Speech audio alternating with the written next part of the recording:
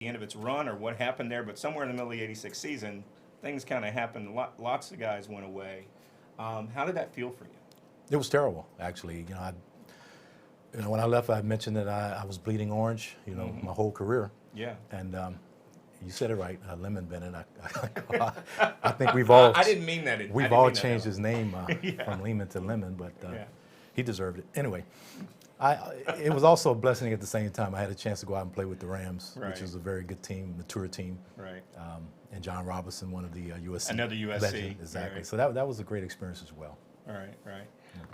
What for those that want to call in and would like to make a comment, you can reach us in the studio at 813-254-7820 or via email at sportsoundoff@aol.com. Feel free to call in at any time. And if you don't want to talk about football, you want to talk about the Rays, feel free to do that, or college football. We're here to talk to you guys. We're here for you. What have you done since the NFL? What have you been doing?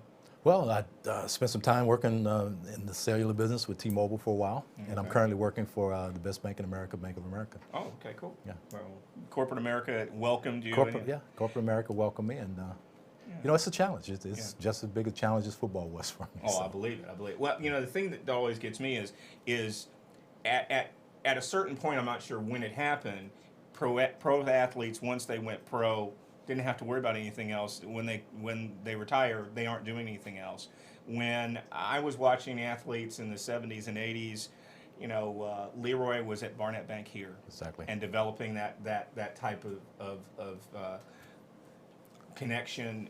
I'm sure that you knew when you retired you'd be working somewhere in a community and you were building ties in the community. You don't see that quite as much anymore. No, you don't. And unfortunately, that's the way it is. Guys make enough now, pretty much, to retire on, for the rest of their lives, and that's just the way it is. Yeah. We're talking about wide receivers in the NFL, and I don't remember you as being a trash talker or anything.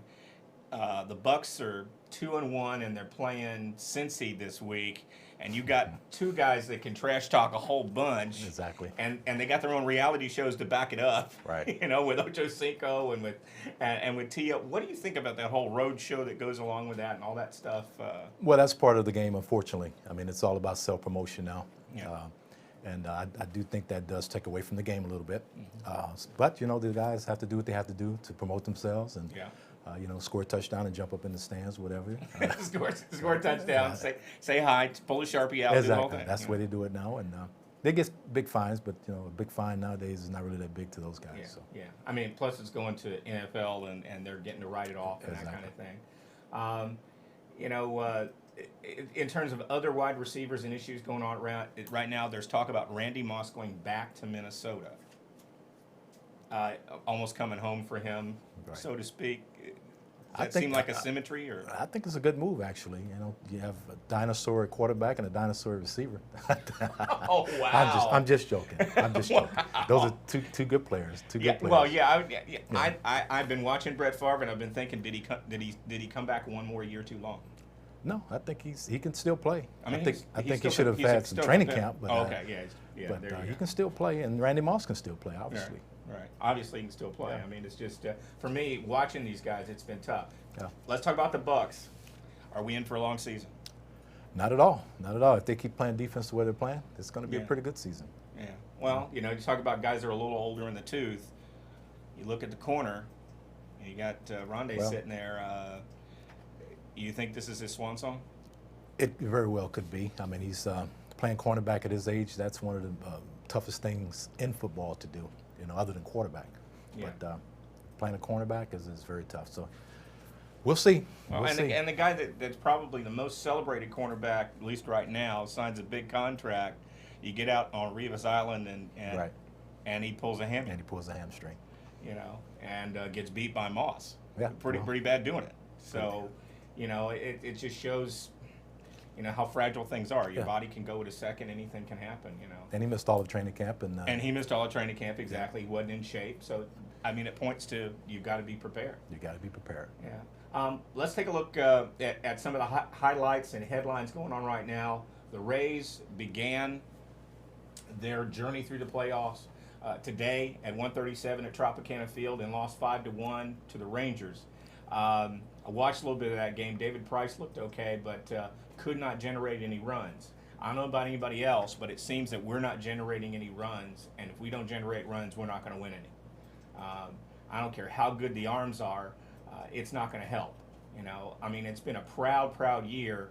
We came in with the best record in the American League. We beat the hated Yankees. I mean, anytime you beat the Yankees, everybody's happy.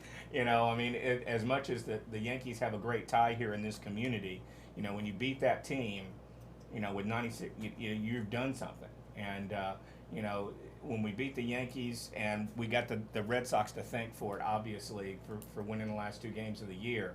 But we win that division title. A-Rod may be smiling here in this graphic, but, they're going to have to play the Twins, and the Twins are a good ball team. I really think that it ought to be fun to watch. Derek Jeter, there's another guy long in the tooth right now for baseball. Yeah.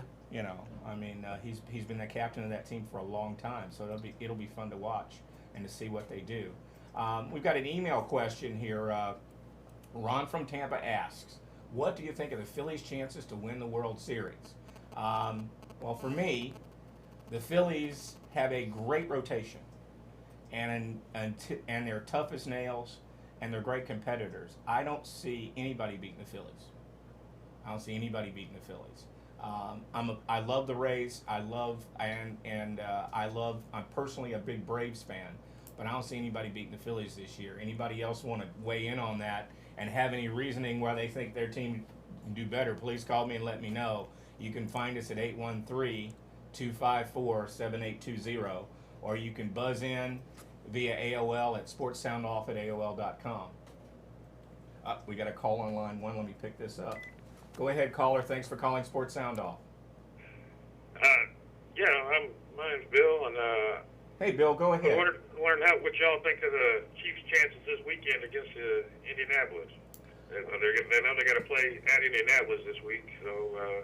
All right. Well, thanks, Bill. At Indianapolis, Indy's looking pretty good. You're a Midwest guy. What do you think? I think it's going to be a tough call for KC to beat Indianapolis this week. They've been running on a high. Actually, I'm very surprised that they're undefeated at this point. Yeah, undefeated team. So I think Indy's going to come in hungry because they lost the last time out, and I think it's going to be tough for KC to beat Indy this week. Yeah, it's got to be a tough challenge for them. It's going to be very difficult. We're talking about football, and we've got the graphic for baseball up. I want to say this as we go forward.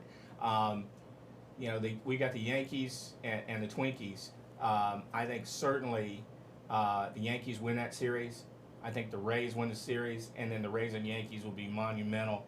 I think the Rays will pull that out, but I think we get the Phillies, and they're going to be too strong in Philadelphia. I just think of that as being awfully difficult.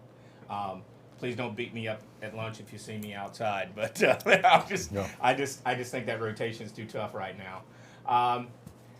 Let's move on to football here. As we're talking about football events and especially with college football and the schedule for our local teams, Florida State has Virginia, USF has Florida Atlantic, the Gators have Bama, and Miami has Clemson. So it'll be interesting to watch to see what happens here with that. Let's continue on. We got a call coming in. Go ahead. You're on Sports Sound Off. Hello. Hello. You're on Sports Sound Off. You're on the air. Go ahead. I'm on the air? Yes, you are. Oh, hi. I want to know, is Kevin, does he have a girlfriend or is married? Oh goodness, you got your first fanny call, Right. Kevin. So well, I do you have want a to field that one? Yeah, well, I do have a fiance. Yes, I do. Sounds like Kevin's taken, ma'am. Thanks for your call. Go ahead. If anybody's got a sports-related call, call in. Or if you're another fanny of Kevin's, I guess we can go in there. I bet you get that quite often. No, I don't. You don't? No. Let's talk about sports and Let's talk about sports. All right, let's talk about sports.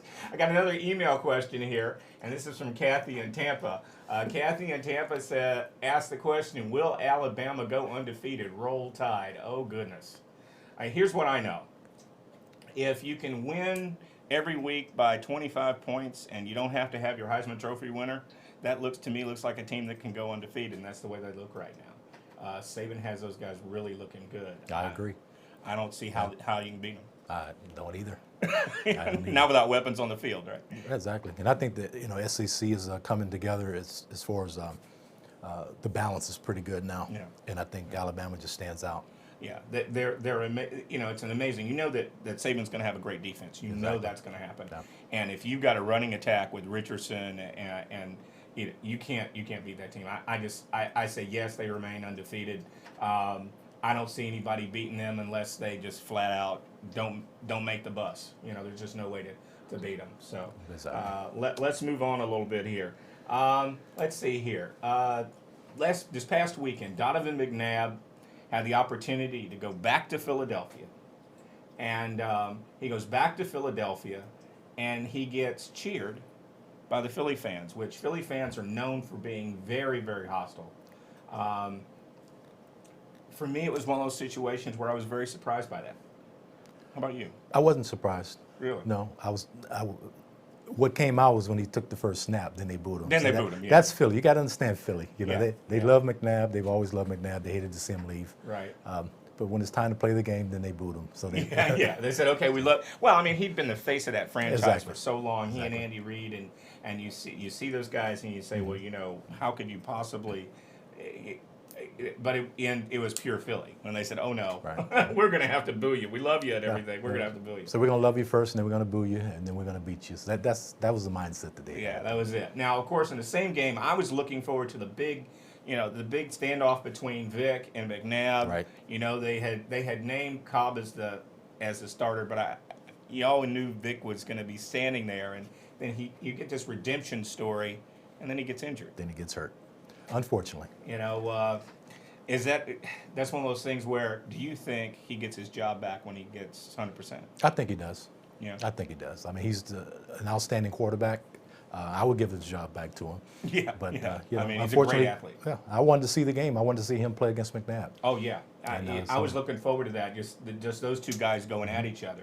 I mean, it's two great quarterbacks, two guys that can scramble. I mean, and I thought it was ironic that at the end of the game, when it was on the line, McNabb runs for a third down conversion Right. and uses his feet and does that thing Right. that people had talked about him doing.